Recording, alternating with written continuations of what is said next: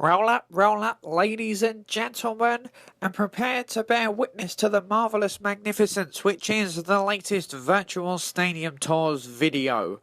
Please remember to keep your hands and fingers off of the screen at all times to avoid impairing your viewing pleasure. Thank you very much for watching.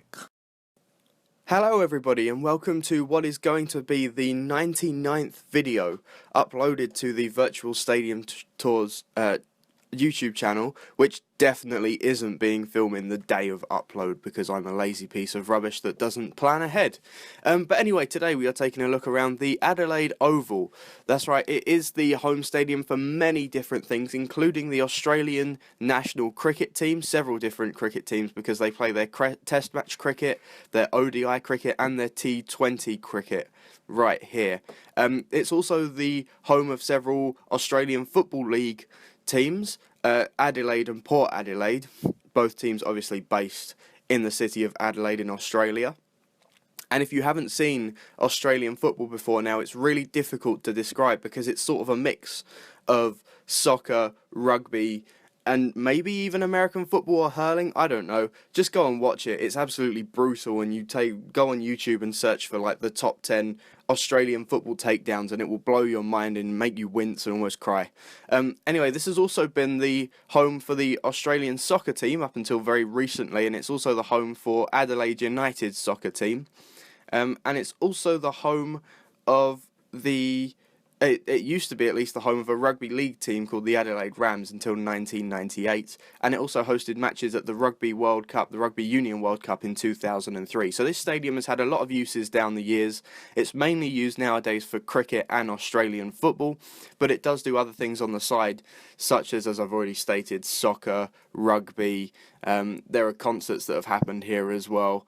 In fact, I can tell you now that Fleetwood Mac, David Bowie, Kiss, Madonna, Paul McCartney, Michael Jackson, Billy Joel, Elton John, Pink, AC/DC, Foo Fighters, the Rolling Stones, they've all had concerts in this very arena. So as well as hosting several sports or sporting events, it's hosted many different concerts as well.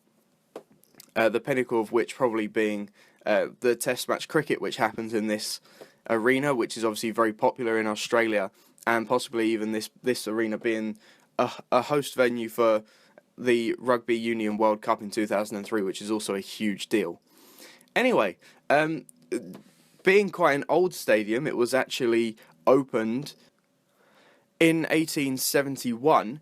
As you can imagine, it's had to be redeveloped and sort of rebuilt down the years, as health and safety regulations kind of update and move forward to try and stick with the times and keep people as safe as possible. And this arena's actually had 3 major renovations, each of which have sort of changed the overall capacity very slightly. And today the overall capacity of this arena stands at 53,500, with about 3,500 of that being standing capacity. So people actually stand and watch whatever's happening in the arena instead of just being sat down, which is actually a significant improvement on when it was opened in 1871. The overall capacity was around 34,000 at that time. So with the redevelopments down the years, it's actually increased its overall capacity by around 20,000, which is not an insignificant margin.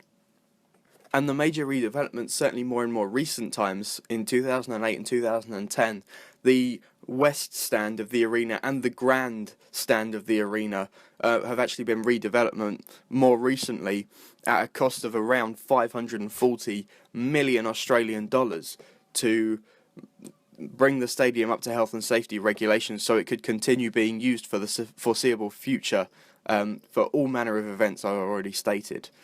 But one interesting thing I've actually managed to find is a list of all the kind of influential firsts and big things that have happened in this arena, dating all the way back to 1871 when it was first opened.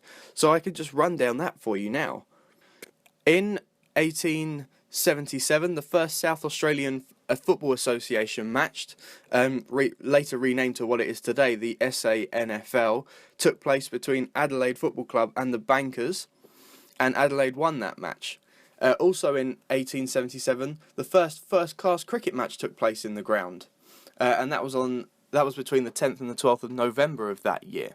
Whereas in 1878, the first century, 102 not out for North Adelaide against Kent Club was scored. And that's, if you don't know what a century is in cricket, it's when you score 100 points off a batter. In 1884, the first test match was played at this ground from the 12th to the 16th of December, where England beat Australia, go England, by 8 wickets eventually. In 1885, the first football game lit by electric light was held in the arena. And in 1889, the first grand final of a major Aussie rules football competition was held between Norwood and Port Adelaide, in which Norwood won 7.4 to 5.9.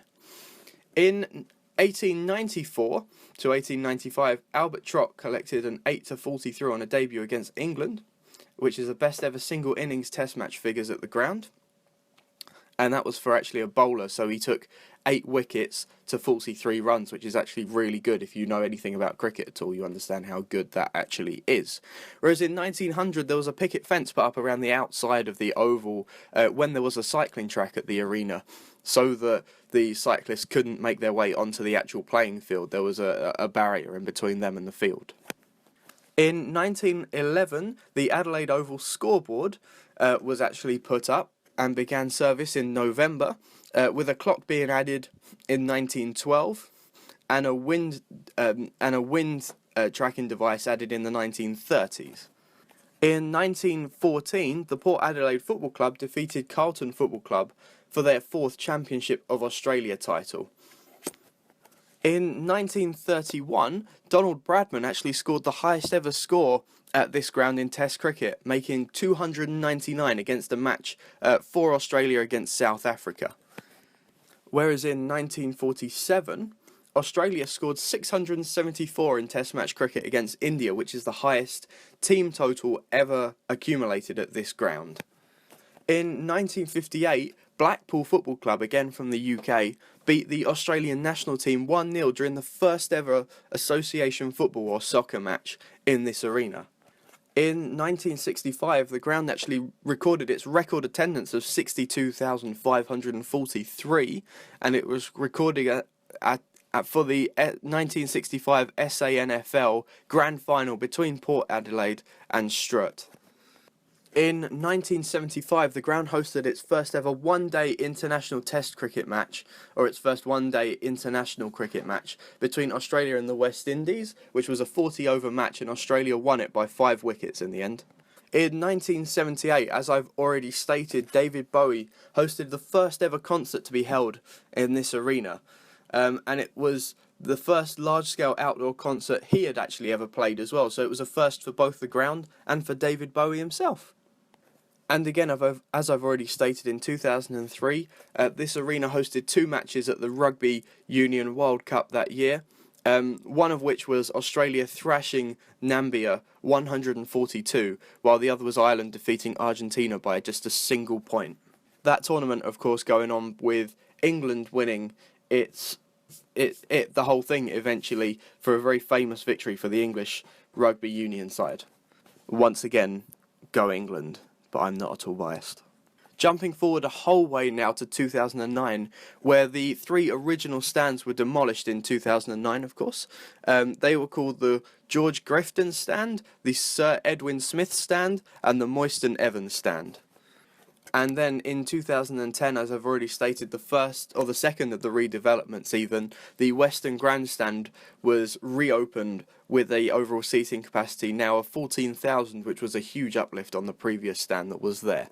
And again, jumping ahead to 2014, in March we see that the new Eastern Stand was fully completed and rebuilt with a capacity of 19,000, again jumping the overall stadium capacity to just over 50,000 in total. And so finally, jumping ahead once again to 2017, this current year, that I'm currently recording this, and the Adelaide Oval will host its first day and night Ashes test, and that'll be in December 2017. So at this point I'm recording in February, so there's a little way to go until that. But it is something to look forward to, another first, the first in a long time of firsts to be actually happening in this arena. Anyway, that's all I've got time for today. Please, please, please come back next week for episode 100. I've got something very special planned for then. We're going back to the earlier days of the channel and doing something that I've not done in a little while, so get excited for that. Anyway, I'll see you next week. Thank you very much for watching. Thank you for watching this Virtual Stadium Tours video. If you enjoyed it and would like to see every new video this channel uploads as soon as it uploads them to the interwebs, why don't you press the subscribe button down below this video right now. Goodbye.